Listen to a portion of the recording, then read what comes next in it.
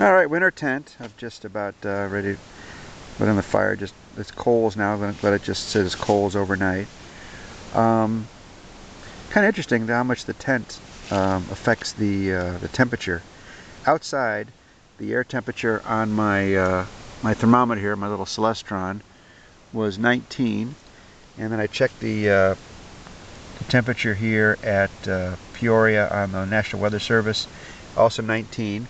But inside my tent right now, I've got 35 degrees and it's climbing. So this insulation on the bottom really is making a huge difference. I've got on the bottom of this tent, what I have is a wool blanket. Probably can't see it in the picture here. I'll try to get my light here. What I have there is a wool blanket, and then on top of that, I have a fleece blanket.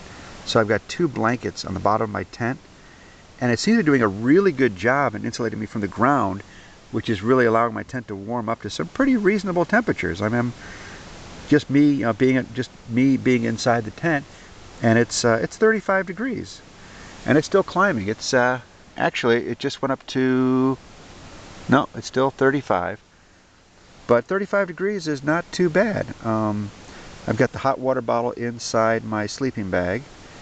I'll see how that does. I'm hoping it'll make my bag a little more comfortable getting inside of. And I'm not sure I'm gonna want to do the tea light candle thing, because I'm pretty darn comfortable. It's not too bad. I think in the morning I might want to try, because when I'm inside my bag and all the heat for my body is inside the bag instead of inside the tent, I might be a little more uncomfortable. But right now it's not too bad. I could read a little bit. I could look at my GPS, look at some elevations, see if I can find some high points. Maybe do a little bit of reading before I go to bed. It's not too bad. This double layer blanket on the bottom of the tent has been a wonderful solution to winter camping. Also, what I've done is I've also put, and you can see it here, I've put a fleece. I've covered up a lot of the mesh on the top of this tent with a fleece liner.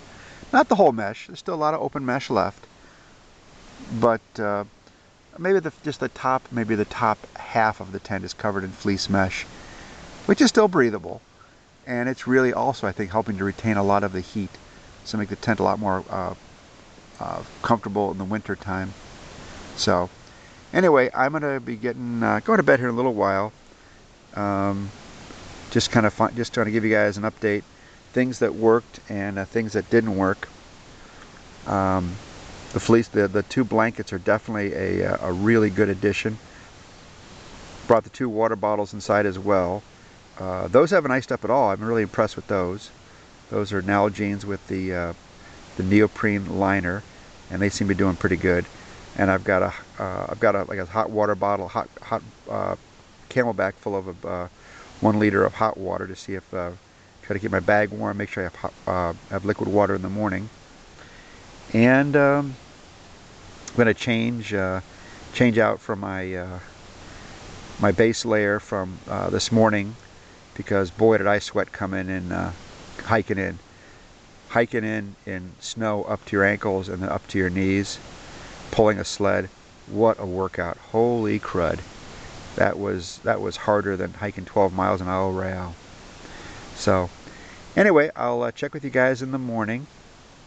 Oh, yeah, something else in terms of things that worked and didn't work.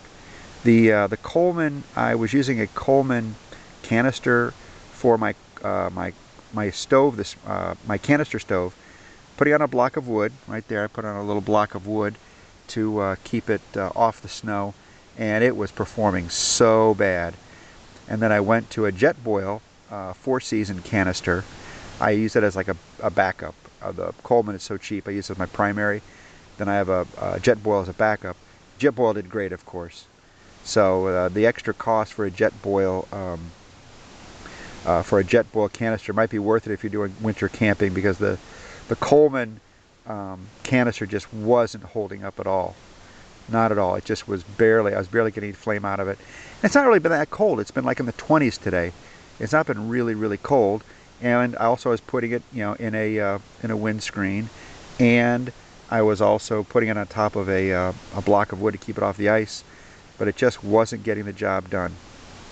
So anyway, I'm gonna do a little reading, kind of arrange my tent here, and have a reasonably quick breakfast, get out of here, and then maybe hope the weather's maybe a little clearer. I can show you guys some of the hike over on the ice. So I came over this afternoon. It was almost white out. It was just a lot of kind of falling snow. I couldn't really show you guys anything. There would have been nothing really on the camera.